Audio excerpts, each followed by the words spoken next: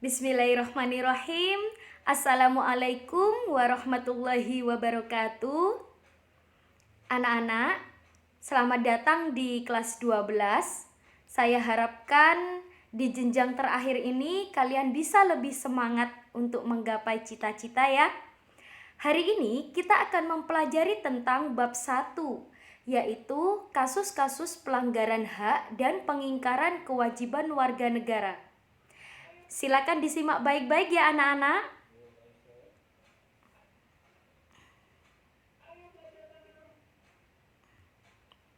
Nah, apa sih yang nantinya akan kita lakukan dalam pembelajaran kali ini? Nanti kita atau kalian harus bisa menganalisis kasus pelanggaran hak dan pengingkaran kewajiban warga negara. Lalu, apa tujuan pembelajaran kita hari ini? Tujuan pembelajaran kita nanti, saya harapkan kalian menjadi warga negara yang selalu menyeimbangkan antara hak dan kewajiban. Otomatis, kalian harus jadi warga negara yang mendahulukan kewajiban dulu, baru kalian boleh menuntut hak kalian. Next. Nah, sebelum masuk ke materi yang lebih dalam, saya ingin bertanya, kira-kira apa sih makna hak dan kewajiban warga negara? Saya rasa kalian sudah tahu semua ya. Hari ini akan kita bahas ya. Hak asasi manusia. Hak asasi manusia itu merupakan hak yang melekat pada diri setiap manusia. Dan hak asasi manusia itu tidak semua warga negara atau tidak semua hak warga negara adalah hak asasi manusia. Tapi semua hak asasi manusia pasti dan merupakan hak warga negara. Sedangkan yang berikutnya tentang kewajiban warga negara. Kewajiban warga negara merupakan tindakan atau perbuatan yang harus kita lakukan sebagai seorang warga negara, seperti yang telah diatur di dalam undang-undang. Nah, dari dua pengertian tersebut, antara hak asasi manusia dan kewajiban warga negara, maka keduanya mempunyai hubungan kausalitas anak-anak. Kalian tahu hubungan kausalitas itu apa?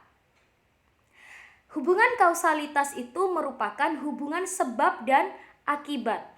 Seandainya jika kalian sudah melakukan kewajiban kalian dengan baik, misalnya kalian sudah belajar dengan baik, maka kalian berhak menuntut kepada para bapak ibu guru untuk mendapatkan nilai, misalnya. Jadi itulah hubungan antara hak asasi manusia dan kewajiban. Next ya.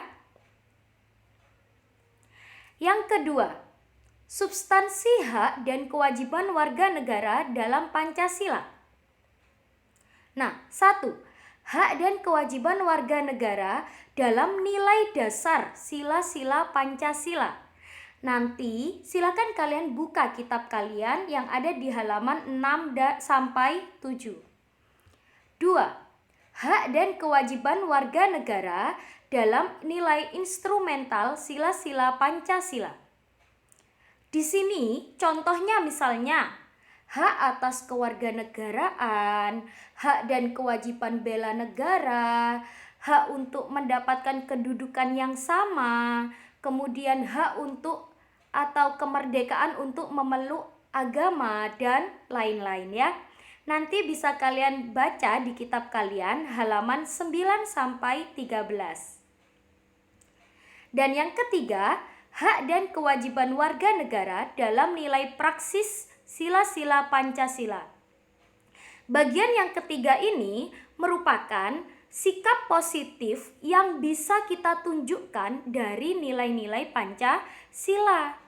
Misalnya, sila yang pertama, ketuhanan yang Maha Esa. Maka contohnya adalah kita harus dapat melakukan kewajiban kita sebagai manusia atau umat yang beragama.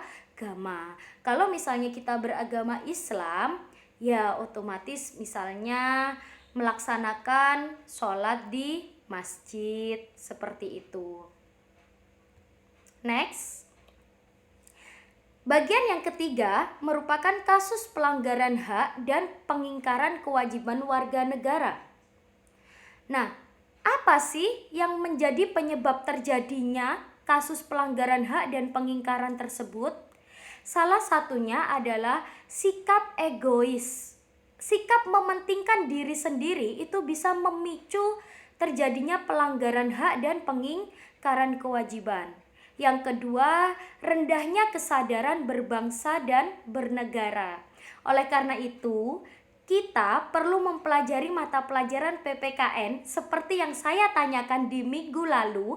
Apa sih manfaatnya mempelajari PPKN itu? Hal itu supaya kita itu sadar sebagai bangsa dan bernegara bahwa kita itu tidak hidup sendiri, tapi kita merupakan makhluk sosial. Yang ketiga, adanya sikap tidak toleransi. Nah, ini berarti tidak menghargai sesama manusia. Yang keempat, penyalahgunaan kekuasaan.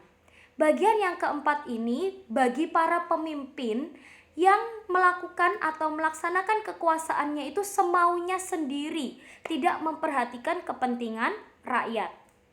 Yang berikutnya, ketidaktegasan aparat penegak hukum. Nah, di sini misalnya seorang aparat penegak hukum tidak bisa adil terhadap rakyatnya.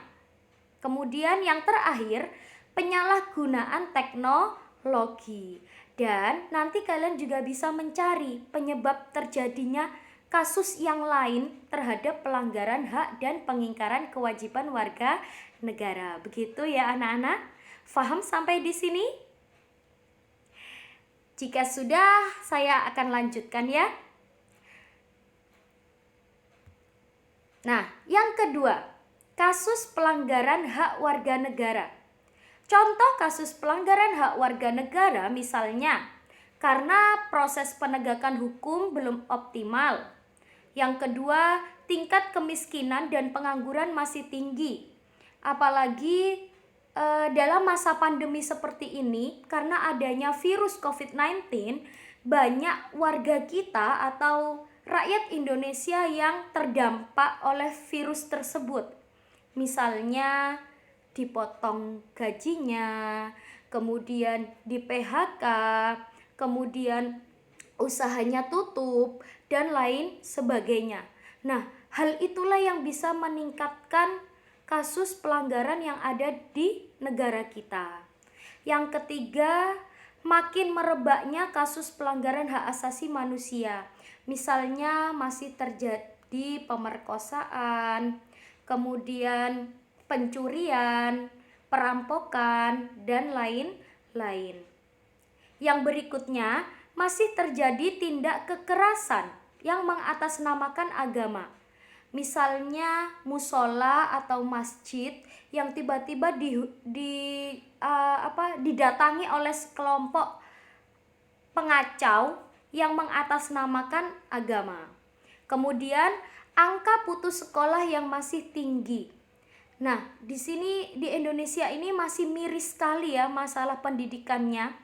Kebanyakan masih banyak yang belum mengerti bahwa pendidikan itu penting.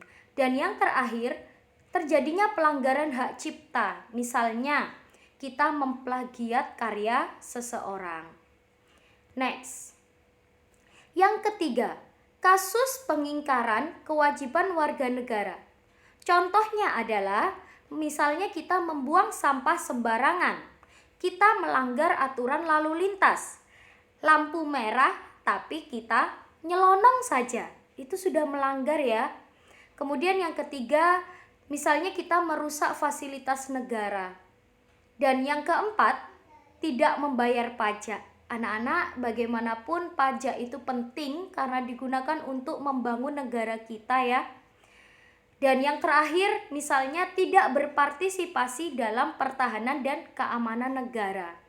Kalau dalam posisi kita atau kalian, Misalnya kalian tidak menjadi anggota Karang Taruna, kemudian tidak melaksanakan atau tidak mengikuti ronda malam di Siskamling misalnya.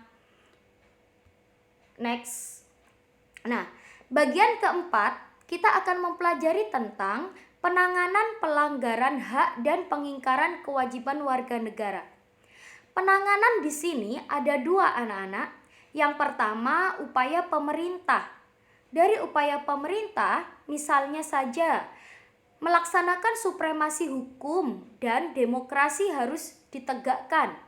Kemudian, mengoptimalkan peran lembaga, meningkatkan kualitas pelayanan dan lain-lain.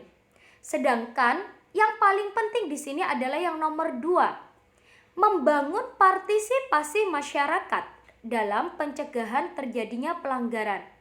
Mengapa harus begitu? Paling tidak dari setiap diri manusia atau kita pribadi harus mempunyai rasa ingin menjaga ketertiban di negara kita. Jadi kita itu harus punya partisipasi di dalam mewujudkan keadilan, ketenangan, dan ketentraman dalam hidup. Maka dari itu kita perlu melibatkan warga negara. Next ya.